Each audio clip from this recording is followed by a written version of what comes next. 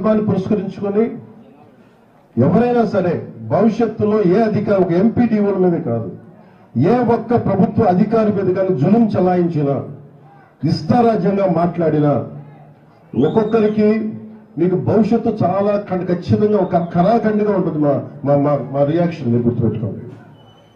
ఇంకా సంస్కారం కాదు కాబట్టి ఇంకా పద్ధతిగా మాట్లాడుతున్నాను, అధికారంలో ఉన్నాను కాబట్టి ఇంకా బలంగా ఇంకా జాగ్రత్తగా మాట్లాడుతున్నాను. నా సహనాన్ని పరీక్షించుకోండి, చాలా పద్ధతిగా మాట్లాడుతూ ఉన్నాను.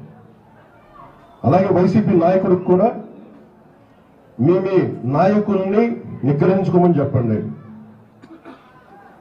రోడ్ల మీద రైతుల కోసం తనకు లేని కథలు చెప్పడం కాదు, చేసిన న్యాయానికి కథల్ని మళ్ళీ ధర్నాలు చేయడం కాదు. ముందు ఆయన జవహర్ గారిని నేను ప్రతిసారి మాట్లాడుతున్నప్పుడు ఒక దళిత అధికారి మీద దాడి చేసి ఇవన్నీ మాట్లాడి ఇందులో ఎవరెవరో ఉన్నారు చూడండి. శ్రీనివాసరెడ్డి గారు ఉన్నారు, ఆయన రెడ్డి సామాజిక వర్గానికి చెందిన వ్యక్తి. ప్రతాప్ గారు ఉన్నారు, నాకు ఆయన గురించి తెలియదు, ఆయన దివ్యాంగులు. అలాగే శేఖర్ నాయక్ ఉన్నారు, ఆయన షెడ్యూల్ ట్రైబ్స్ కి సంబంధించిన వ్యక్తి. ఇది ప్రతి చోట ఇది ఒక్కరికి సంబంధం లేదు, ఒక జాతికి సంబంధించింది కాదు. కానీ మేము ఏదైనా చేయగలం అధికారంలో ఉన్నాం కాబట్టి సుదర్శన్ రెడ్డి గారి మనుషులందరికీ చెప్తున్నాం. నేను మళ్ళీ ఒకసారి వచ్చి ఇక్కడే తెస్తేస్తాను చెప్తున్నాను. కడపలోనే అన్నమయ్య జిల్లాలోనే రాయలసీమలో వచ్చి కూర్చున్నాను. ఇలాంటి పిచ్చి వర్షాలు చూస్తుంది. అవసరమైతే నా క్యాంప్ ఆఫీస్ ఇక్కడ పెట్టుకుని మిమ్మల్ని సరిచేసే వరకు నేను ఇక్కడే కూర్చున్నాను చెప్తాను. మీకు ఆ సహనాన్ని పరీక్షిస్తాను. ఎందుకంటే మేము అన్ని తెగించి వచ్చాం. రాష్ట్రం బాగుండాలి, రాయలసీమ యువత ఎక్కడికో మారి వెళ్ళిపోతా ఉన్నారు, ఉద్యోగాలు ఉపాధి అవకాశాలకి ఎక్కడికో బెంగళూరుకి తమిళనాడుకి ఎక్కడికో వెళ్ళిపోతున్నారు, వాళ్ళందరికీ ఉపాధి అవకాశాలు రావాలి. ఈ విధంగా మేము ఆలోచిస్తూ ఉన్నాం.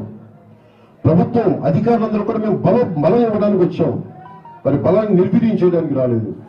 ఇలాంటి సమయంలో మీరు ఒళ్ళు దగ్గర పెట్టుకుని మాట్లాడకపోయినా, సోషల్ మీడియాలో పిచ్చి కూతలు కూసినా, ఇలా ఆఫీసులకు వచ్చి దాడులు చేసినా దీని పరిణామాలు చాలా చాలా చాలా తీవ్రంగా ఉంటాయి, గుర్తుపెట్టుకోండి. ప్రత్యేకించి ఈ సంఘటనలని బయటికి తీసుకొచ్చిన మీడియా మిత్రులందరికీ, మీ పత్రికాధిపతులందరికీ, ప్రతి ఒక్కరికి పేరు పేరున ధన్యవాదాలు తెలుపుకుంటూ సెలవు తీసుకుంటాం. ఉమ్మడి కడప జిల్లాలో స్పెషల్ కంట్రీ కూడా కొట్టారు సార్. ఉమ్మడి కడప జిల్లాలో భూసేకరణ స్పెషల్ కంట్రీ కూడా కొట్టారు సార్. సార్ అని చెప్పండి. ఉమ్మడి కడప జిల్లాలో భూసేకరణ స్పెషల్ కంట్రీ రామచంద్ర గారిని కూడా కొట్టారు సార్. ఇట్లా వీటన్నిటికి సంబంధించి నేను ఇది ప్రత్యేకించి క్యాబినెట్ లో చర్చిస్తాం. ఇది క్యాబినెట్ లో చర్చిస్తాం. ఇప్పుడు నా పేషీకి కూడా తెలియజేశాను. ఇక్కడ ఏం జరిగినాయి మొత్తం రిపోర్టు ముఖ్యమంత్రి గారి టేబుల్ మీద ఉండాలి, డీజీపీ గారి దగ్గరికి వెళ్ళాలి, హోమ్ మినిస్టర్ గారి దగ్గరికి వెళ్ళాలి, అలాగే కేబినెట్ సదస్సులు అందరి దగ్గరికి వెళ్ళాలి, అలాగే జిల్లా ఇన్ఛార్జ్ మంత్రికి కూడా వెళ్ళాలి.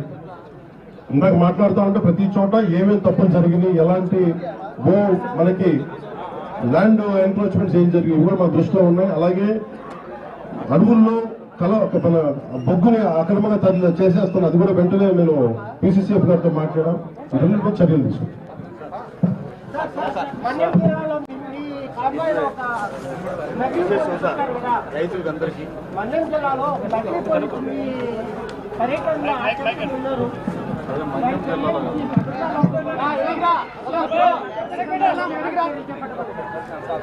నిజంగా చెప్పాలంటే నా భద్రత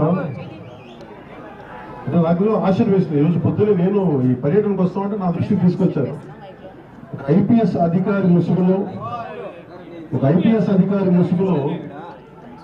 ఒక వ్యక్తి తిరిగాడు, వచ్చాడు, మొత్తం ఫోటోలు తీసుకున్నాడంటే నేను అడిగాను, అసలు ఎవరన్నా ఒక ఐపీఎస్ స్థాయి అధికారి వస్తే ఎవరన్నా అడుగుతాం కదా, how come it polices overlook అంటే ఎందుకు దీన్ని చూడలేకపోయారు అనేది నా పేషీ అధికారులతో మాట్లాడుతూ ఉన్నారు.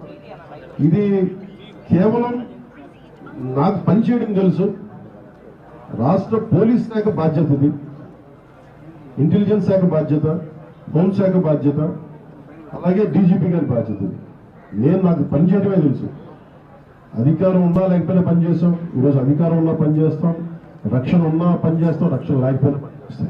అంటే వైకాపా సంబంధించిన కొంతమంది అధికారుల ప్రమేయం ఇందులో ఉందనే ఒక వాదన అయితే బలంగా బయటకు వస్తుంది. అంటే అది నాకు అంటే నేను వైకాపా విధానాలను ఎదిరిస్తాం, కానీ ఒక మాట మాట్లాడబోయే ముందు దానికి సరైన ఆధారం లేకుండా మాట్లాడకూడదు.